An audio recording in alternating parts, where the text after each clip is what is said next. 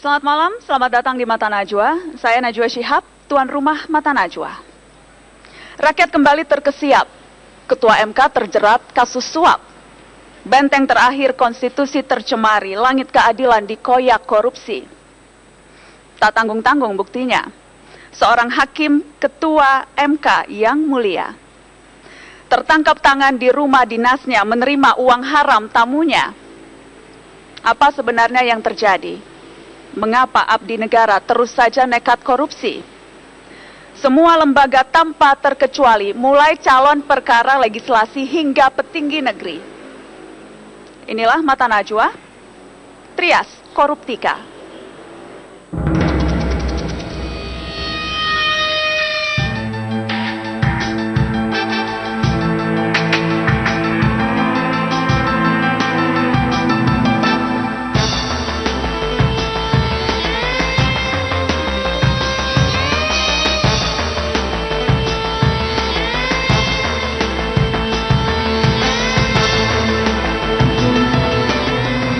Apakah dengan kemelut yang ada sekarang ini, dengan kepercayaan rakyat yang rendah sekarang ini, saya serahkan sepenuhnya kepada MK sendiri.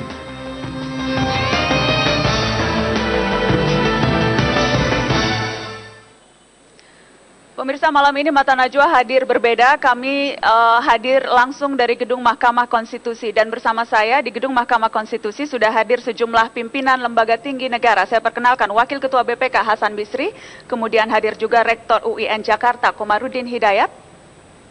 Bergabung juga di Gedung Mahkamah Konstitusi Ketua Komisi Yudisial Suparman Marzuki.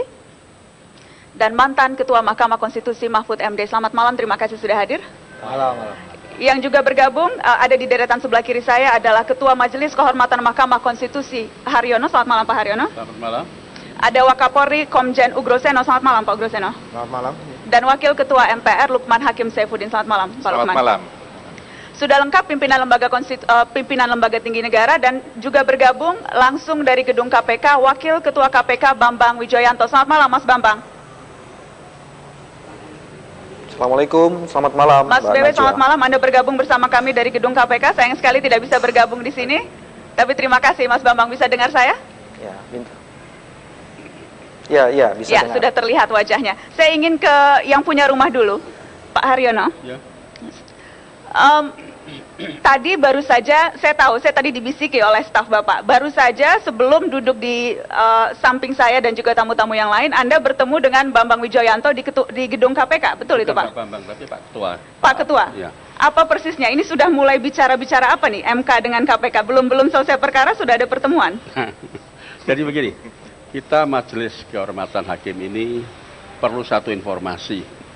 Informasi yang akan berguna bagi majelis untuk menentukan, karena diperiksa di dalam majelis ini adalah seorang hakim Mahkamah Konstitusi yang kebetulan adalah Ketua Mahkamah Konstitusi.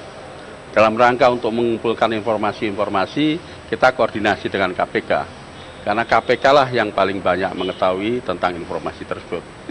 Namun demikian di dalam ketemu KPK kita sudah sepakat bahwa kita tidak akan sampai jauh memerlukan informasi itu sejauh bagaimana KPK perlu untuk prosesnya. Jadi seharusnya tidak perlu memanggil penyidik KPK semalam, begitu misalnya? Sebetulnya kita minta kehadirannya, tapi karena protap-protap dan SOP-nya tidak memungkinkan seperti itu, oleh karena itu kita menemui pimpinan di sana dan kita sudah mengambil satu kesepakatan tentang apa yang bisa kita lakukan supaya tidak melanggar yang protapnya dia. Oke, jadi hanya sebatas koordinasi antar lembaga. Betul. Tapi tidak perlu dicurigai. Kalau ada yang curiga, ini belum sudah ketemu berdua?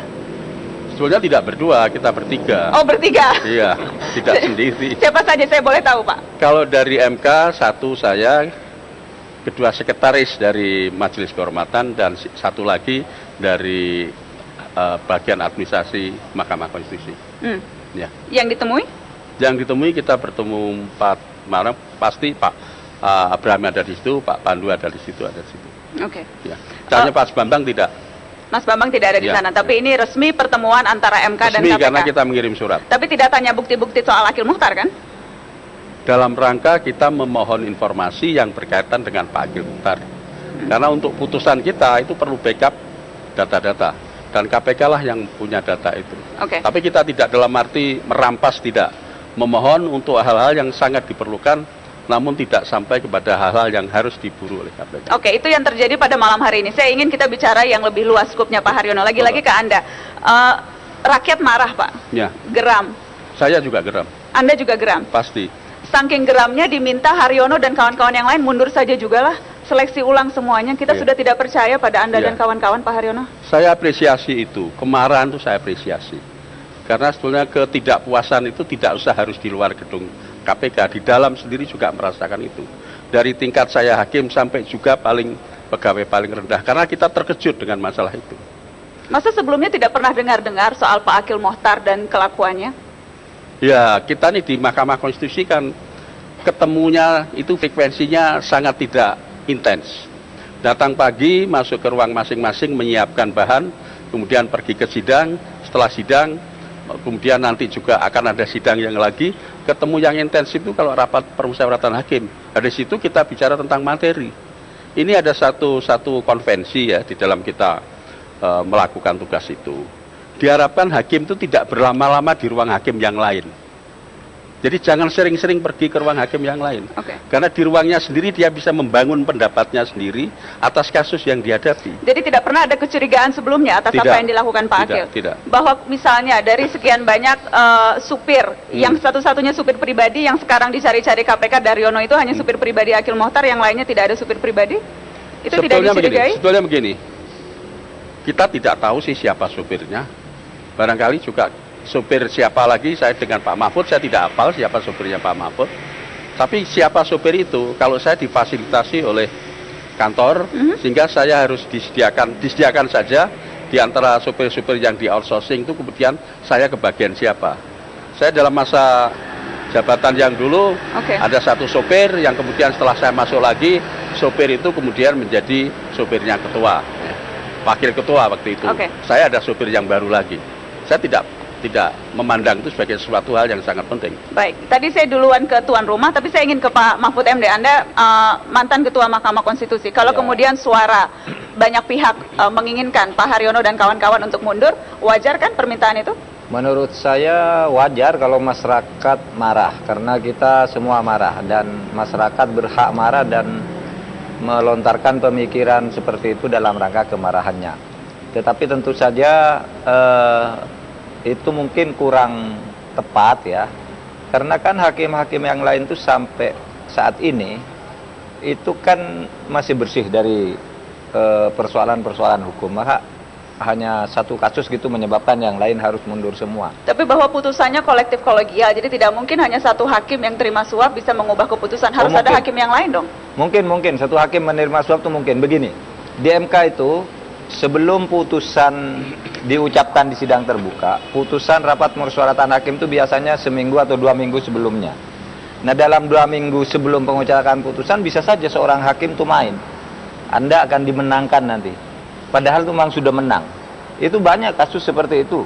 Yang menimpa saya pun terjadi ketika suatu hari saya mau membaca vonis di Jambi, kasus Jambi, divonis jam 2, jam 11 menantunya yang kebetulan pejabat telepon saya, Pak Mahfud, ini sebagai teman saya tanya, apa benar Anda nanti mau membaca vonis jam 2 dan sekarang menunggu uang 2 miliar? Dari siapa? Mertua saya itu yang berperkara, katanya. Lalu siapa yang bilang? Katanya pengacaranya tuh bilang begini, Pak Mahfud akan memutus jam 2, tapi kalau jam 11 tidak ngirim uang 2 miliar akan kalah. Nah, saya bilang sama orang itu, kamu jangan bilang sama siapa-siapa, bilang aja sama mertuamu ndak usah bayar, dan bilang sama pengacaranya lebih baik saya kalah daripada bayar. Nah, sesudah itu jam 2 diucapkan, menang dia, karena memang sudah menang. Jangan-jangan ada juga orang seperti itu kan, yang usil seperti itu, bisa saja. Nah, itu orangnya masih ada semua sekarang yang melakukan hal seperti itu. Mantan Kepala Kanwil Departemen Kehakiman, itu teman sekolah saya yang telepon saya itu. Nah, kan bisa saja orang Sebelum itu lo nelpon mengatasnamakan hakim minta uang. Bisa juga hakim sendiri secara orang per orang yang tidak Yang kolektif. terjadi sekarang kan kemudian ada operasi tangkap tangan yang melibatkan Ketua Mahkamah Konstitusi dan kemudian dalam pengambilan keputusan tidak mungkin hanya seorang hakim saja yang mengambil keputusan itu, Pak Mahfud. Iya memang tidak mungkin. Tetapi kan bisa saja itu dilakukan sesudah putusan selesai dilakukan. Tapi bisa juga karena dia sudah memprediksi perkara sesuatu, dia melakukan itu. Tapi bisa juga karena keluguannya orang hakim yang lain dengan dulu, lalu dia menang di dalam perdebatan padahal juga sudah melakukan transaksi dengan orang lain. Dan bisa juga memang betul-betul bersama-sama. Itu kan ada pejabat aparat penegak hukum.